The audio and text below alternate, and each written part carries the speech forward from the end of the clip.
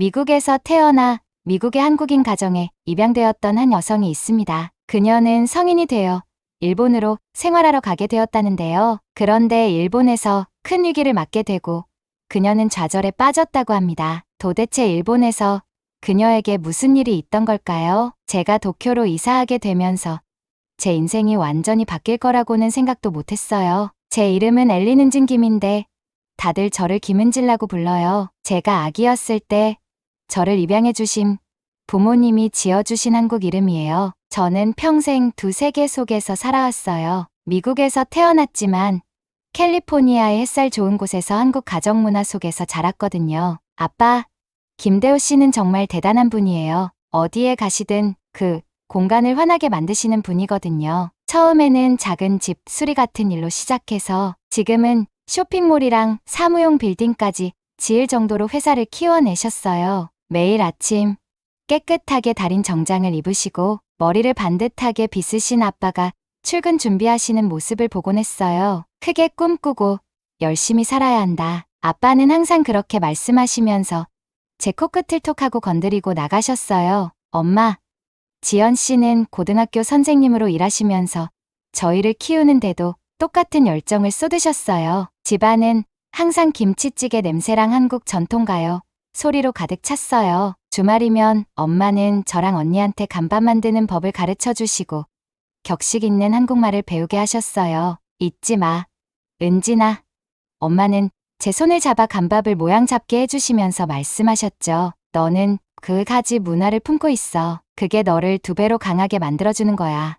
캘리포니아에서의 삶은 나름의 리듬이 있었어요. 저희 집은 교회에 있는 작은 정원이 딸린 집이었는데 엄마는 거기서 고추랑 깨잎을 키우셨어요. 매일 아침이면 엄마가 아침 식사를 준비하시는 소리랑 아빠가 태블릿으로 한국 뉴스를 보시는 소리로 하루가 시작됐어요. 동네는 한국, 중국, 인도, 멕시코 같은 여러 나라에서 온 가족들로 가득했어서 다른 문화에서 왔다는 게 별로 어색하지 않게 느껴졌어요. 전 제 나름대로 괜찮은 삶을 만들어가고 있었어요. 대학 졸업 후에는 국제기업들을 대상으로 문화 컨설턴트로 일하게 됐어요. 아시아와 서양 문화의 차이를 이해하도록 도와주고 어색한 실수를 피하면서 더 좋은 관계를 맺는 방법을 가르치는 일이었죠.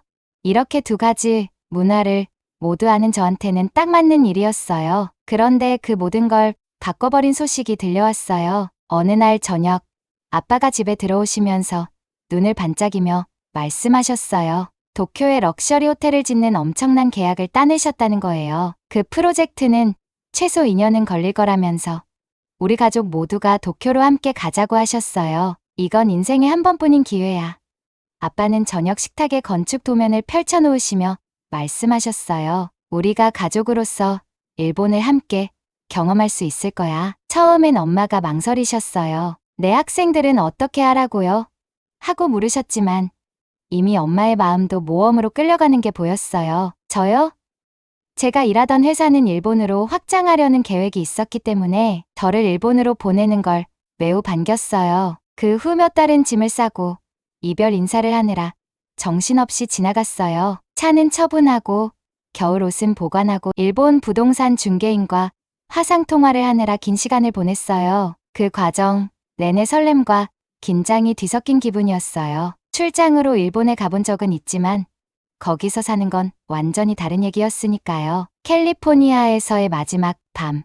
저는 텅 빈 제 방에 앉아서 사진들로 가득했던 벽을 바라보고 있었어요. 감나무가 달빛 아래로 창문에 그림자를 들이우고 있었죠. 앞으로의 변화들에 대해 생각했어요. 새로운 집, 새로운 도시, 배워야 할 새로운 언어. 하지만 가족이랑 함께였고 우리는 이미 많은 어려움을 이겨낸 적이 있으니까 괜찮을 거라고 생각했어요. 은진아.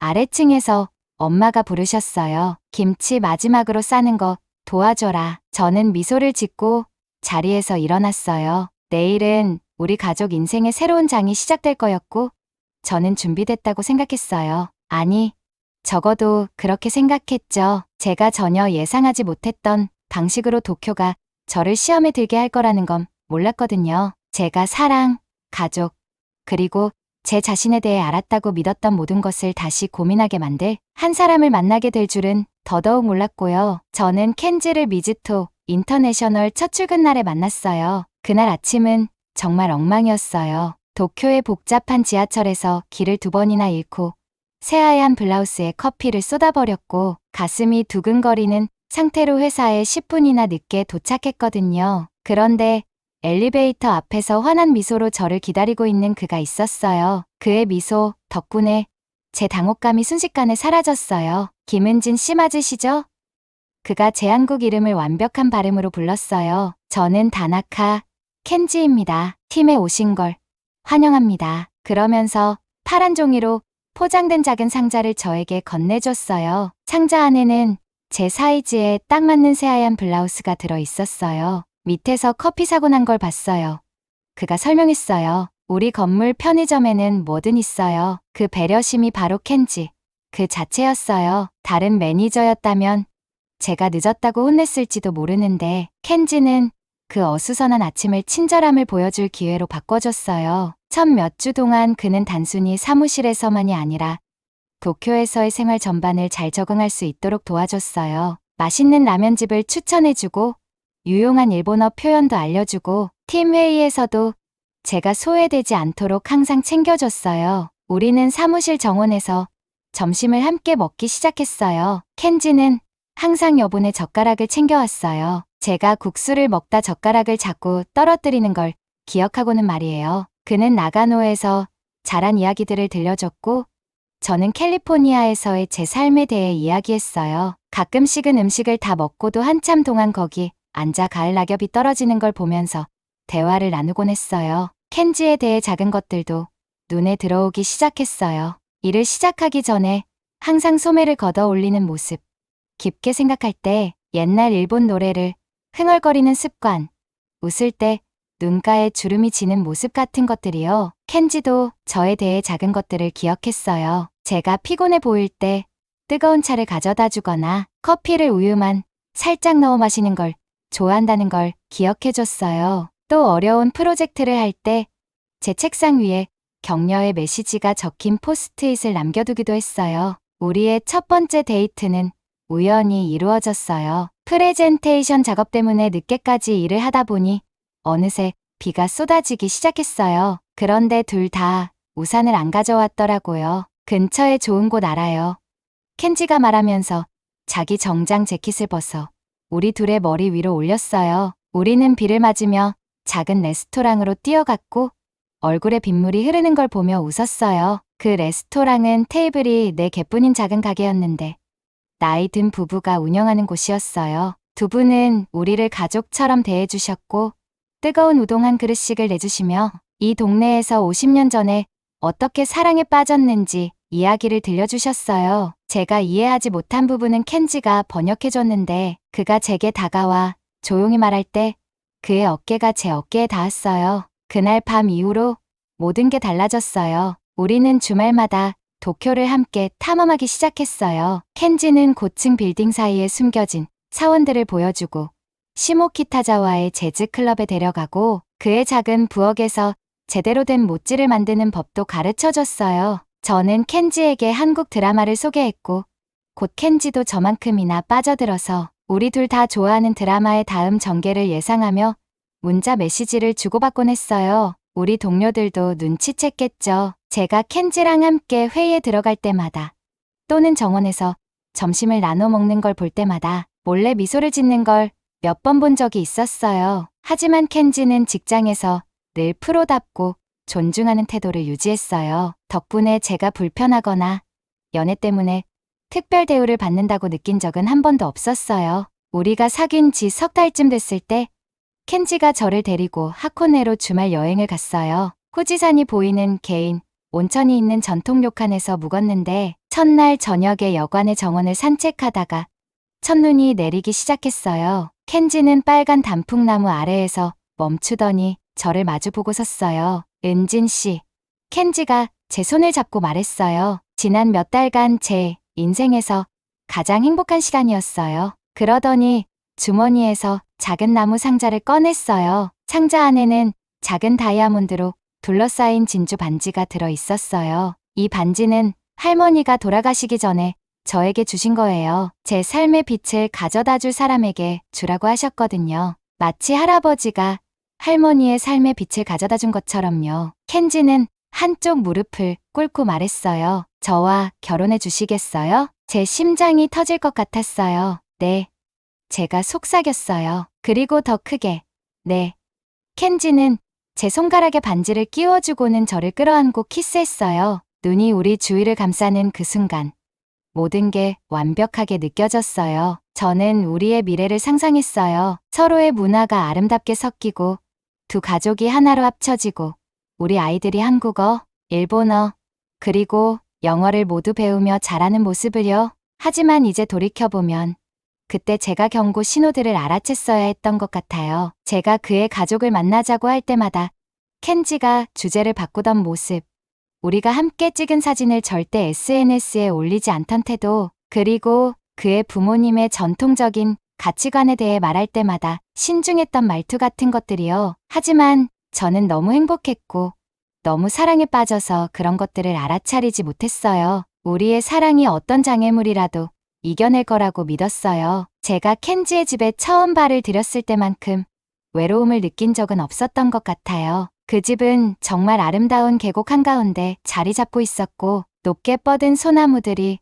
구름을 만지려고 하는 것처럼 보였어요. 그런데 밖에 그의 아름다움은 집 안의 냉랭함을 더 강하게 느끼게 했어요. 집에 도착했을 때부터 제 심장은 이미 빠르게 뛰고 있었는데 켄지의 어머니 하루카가 저를 보며 완전히 무시하는 그 순간 더 빨리 뛰기 시작했어요. 그녀는 웃지도 않고 고개를 숙여 인사하지도 않았어요. 그냥 제가 없는 것처럼 돌아서더라고요. 그의 아버지 시게루는 정말 작은 목례만 한 번 하고는 담배를 피우기 시작했어요. 담배 연기가 저한테 날아와 눈물이 찔끔 날 정도였지만 그걸 내색하지 않으려고 애썼어요. 제가 부모님과 함께 몇 시간이나 고민하며 고른 선물을 드리려고 준비했었거든요. 최고급, 한우랑 고급 전기 담요였어요. 한국에서는 선물을 주는 게 굉장히 중요하잖아요. 존중을 표현하고 관계를 더 잘 맺을 수 있는 방법이니까요. 그런데 제가 하루카에게 선물을 건넸을 때 그녀는 마치 냄새나는 걸 본 것처럼 코를 찡그리더라고요. 한국 제품이네. 그녀가 일본어로 말했는데 제가 못 알아들을 줄 알았던 것 같아요. 항상 수준이 낮지. 그 말에 제 얼굴이 화끈거렸지만 그래도 음을 유지했어요. 그런데 시게루가 한마디 더 보태서 상황을 더 나쁘게 만들었어요. 왜 돌침대는 안 가져왔어? 그가 날카롭게 물었어요. 한국인들은 그거 쓰는 거 아니야? 그 정도는 했어야지. 전 돌침대가 전통적인 한국 침대가 아니라는 걸, 현대 한국인들은 그런 데서 자지도 않는다는 걸 설명하고 싶었어요. 하지만 꾹 참았어요. 더 문제를 일으키고 싶지 않았거든요. 그런데 저녁 식사가 제일 힘들었어요. 온 가족이 정말 빠른 일본어로 얘기하면서 저를 완전히 대화에서 배제시키더라고요. 가끔은 한국에 대해 험담도 했는데 제가 못 알아들을 거라고 생각했던 것 같아요. 하지만 전 알아들었어요. 하나도 빠짐없이 전부 다요. 전 켄지를 바라보면서 그가 뭔가 말해주길, 저를 변호해주길, 아니면 최소한 저를 대화에 끼워주길 바랐어요. 그런데 그는 그냥 고개를 숙이고 자기 음식만 바라보더라고요. 제가 가져온 비싼 한우를 조금 먹으려고 하자 하루카가 그걸 막았어요. 젓가락으로 제 접시에서 고기를 집어 시게루의 접시로 옮기더니 이렇게 말했어요. 나중에 먹자. 그녀의 목소리는 얼음처럼 차가웠어요. 하지만 진짜 의미는 분명했죠. 이 음식은 너한테 과분해. 식사 후에 그들이 저를 방으로 안내했는데 방은 작고 습기가 가득했어요. 오래된 침구에서는 곰팡이 냄새가 났고 벽은 축축했고 창문 틈새로 차가운 공기가 들어오더라고요. 벽 속에서는 쥐가 긁는 소리도 들렸어요. 그날 밤은 거의 못 잤어요. 추위가 뼛속까지 파고들었고 곰팡이 냄새 때문에 머리도 아팠어요. 하지만 저는 괜찮을 거라고 스스로를 다독였어요. 켄지를 위해 이 주말쯤은 견딜 수 있다고 생각했어요. 그는 저를 사랑하니까. 그렇죠? 내일은 분명 상황을 더 좋게 만들어줄 거라고 믿었어요. 하지만 다음 날은 더 최악이었어요. 아침 식사 중에 하루카가 실수로 제 생일에 엄마가 선물로 준 제일 좋아하는 스웨터에 국을 흘렸어요. 그런데 사과조차 하지 않더라고요. 그 후엔 다 같이 숲에서 장작을 모으러 가야 했어요. 이웃들까지 함께 왔는데 그들은 제가 못 들을 거라 생각하고 저에 대해 수군거렸어요. 거친 나무를 나르느라 손이 다 긁히고 더러워졌고 허리도 아팠어요. 하지만 그 고통은 그 다음에 닥친 일에 비하면 아무것도 아니었어요. 쉬는 시간에 하루카가 갑자기 입양에 대해 큰 소리로 얘기하기 시작했어요. 그러면서 저를 자선 대상이라고 부르더라고요. 한국 가정에서 너를 받아줬으니 감사해야 한다는 식으로요. 이웃들도 고개를 끄덕이며 맞장구 쳤고 시계로도 거들었어요. 한국 문화가 문화라고 할 수 있나? 전부 일본이나 중국 걸 베낀 거지. 그는 비웃으며 그렇게 말했어요. 전 켄지를 바라보면서 그가 드디어 뭔가 말해주길 간절히 바랐어요. 그런데 그는 그저 땅만 바라보며 얼굴을 붉히고 있더라고요. 그 순간 제가 사랑한다고 믿었던 용기 있고 따뜻한 사람은 환상이었고 눈앞에 있는 그는 절 위해 싸울 생각조차 없는 사람이란 걸 깨달았어요. 작별 인사도 하지 않았어요. 울지도 않았어요. 그냥 집으로 돌아와 짐을 챙기고 택시를 불렀어요. 택시 기사가 도시에서 여기까지 오는데 시간이 좀 걸렸지만 비용이 얼마나 나오든 상관없었어요. 그냥 여길 떠나야겠다는 생각뿐이었어요. 도쿄로 돌아가는 기차 안에서 약혼 반지를 빼서 주머니에 넣었어요. 손가락이 가벼워졌고 제 마음도 한결 가벼워졌어요. 무엇을 해야 할지는 이제 분명했거든요. 그날 나가노에서 돌아온 뒤로는 잠을 잘 수가 없었어요. 눈만 감으면 켄지가 고개를 숙인 모습이 떠오르고 그의 침묵이 어떤 말보다도 더 크게 다가왔거든요. 새벽 3시 부엌에서 식은 차를 바라보고 있는 저를 언니가 발견했어요. 우리 동생한테 그렇게 대하는 사람은 없도록 내가 알아서 할게. 언니가 제 옆에 앉으면서 말했어요. 목소리는 부드러웠지만 단호했어요. 내가 처리할 테니까 걱정하지 마. 언니의 눈빛을 보고 알았어요. 언니는 변호사로서 치밀한 계획과 세세한 준비로 유명했거든요. 언니는 휴대폰을 꺼내더니 무언가를 타이핑하기 시작했어요. 뭐 하는 거야? 제가 물었어요. 존중이 뭔지 가르쳐주는 중이야. 언니는 고개도 들지 않고 대답했어요. 나 믿지? 저는 고개를 끄덕였어요. 물론 믿었죠. 어릴 적 놀이터에서 만난 불량배들부터 대학교에서 겪은 문제들까지 언니는 항상 저를 지켜줬으니까요. 그리고 지금 언니가 켄지에게 보낼 메시지를 작성하는 걸 보면서 이미 조금은 안심이 됐어요. 다음 날 저녁 우리 집 분위기는 전혀 달랐어요. 엄마는 벽에 걸려있던 가족 사진들을 전부 치웠고 아빠는 가구를 다시 배치해서 집이 차갑고 쓸쓸하게 느껴지도록 만들었어요. 언니는 임시로 보안 카메라까지 설치했는데 그냥 보여주기 용도라고 했지만 카메라가 있다는 것만으로도 저는 괜히 긴장이 되더라고요. 그리고 정확히 저녁 7시 초인종이 울렸어요. 심장이 덜컹했죠. 문 앞에는 켄지가 비싼 사케 한 병과 일본 전통 과자를 담은 상자를 들고 서 있었어요. 문을 연 사람은 아빠였는데 인사도 없이 그를 위아래로 훑어보셨어요. 꼭 의심스러운 소포를 보는 것 같았어요. 들어와요. 아빠가 무표정한 얼굴로 말했어요. 고개를 숙이거나 따뜻하게 맞아주는 건 없었어요. 그가 우리 집에서 저를 대했던 것과 똑같이 말이에요. 엄마는 부엌에서 차를 준비하고 계셨는데 차를 가져오시다가 실수로 뜨거운 차를 켄지의 새하얀 셔츠 위에 쏟아버리셨어요. 어머, 엄마가 뒤돌아서는 척하며 말씀하셨지만 사과는 없었어요. 켄지의 턱이 굳어지는 게 보였지만 그는 아무 말도 하지 않았어요. 언니는 켄지가 가져온 선물을 받아들고 켄지 어머니가 제가 준비했던 선물을 대했던 것처럼 무심하게 쳐다보더니 한마디 했어요. 별거 없네. 하면서 그것들을 한쪽에 툭 내려놓았어요. 내 위치에 있는 사람이면 좀 더 특별한 걸 가져올 줄 알았는데 우리는 어색한 침묵 속에서 앉아 있었고 엄마와 아빠는 빠르게 한국어로 대화를 나누면서 가끔 켄지를 흘겨보셨어요. 켄지는 그 대화를 따라잡으려고 애썼지만 이해하지 못해서 당황하는 게 눈에 보였어요. 그제야 그는 제가 그들의 집에서 어떤 기분을 느꼈는지 알겠죠. 아빠는 켄지에게 직업, 미래 계획, 가족 사업 같은 질문을 던지셨는데 그의 대답에 갈수록 더 실망하시는 것 같았어요. 그게 다인가요?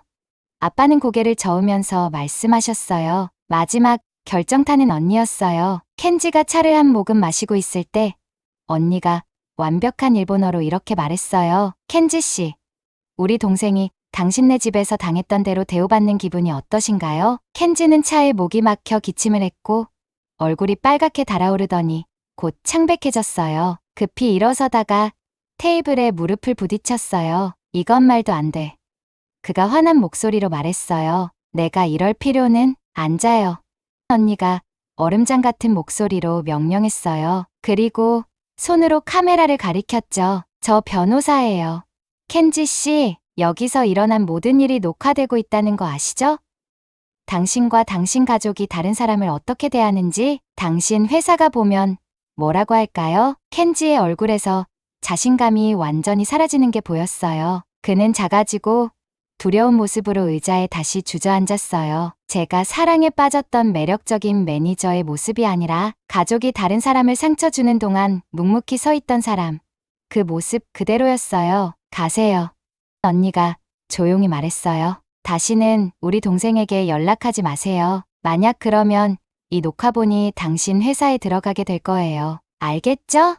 켄지는 거의 도망치듯 아파트를 빠져나갔어요. 문이 그의 뒤로 닫히자마자 제 얼굴에는 눈물이 흘렀어요. 하지만 그 눈물은 켄지 때문에 흘린 게 아니었어요. 그런 눈물은 이미 오래전에 다 흘려버렸거든요. 그건 제가 상상했던 완벽한 결말이 산산이 부서진 데 대한 슬픔 때문이었어요. 엄마가 저를 안아주셨고 아빠는 집 안의 불을 원래 밝기로 돌리셨어요. 언니는 카메라를 떼어내면서 작은 소리로 흥얼거리기 시작했어요. 이렇게까지 해야 했어? 제가 눈물을 닦으며 물었어요. 그럼 언니가 제 옆에 앉으면서 대답했어요. 사람들은 가끔 자기가 남에게 한 일을 직접 느껴봐야 돼. 그래야 다음에는 신중하게 행동하지. 그날 밤 가족들이 제 옆에 둘러앉아 제가 좋아하는 음식을 준비하고 어릴 적 웃기던 이야기들을 꺼내며 웃는 모습을 보면서 중요한 걸 깨달았어요. 진정한 사랑은 잔인함 앞에서 침묵하지 않는다는 거려. 진정한 사랑은 일어서서 목소리를 내고 맞서 싸운다는 거려. 제 가족이 그걸 보여줬고 저는 다시는 그보다 적은 걸 선택하지 않을 거예요.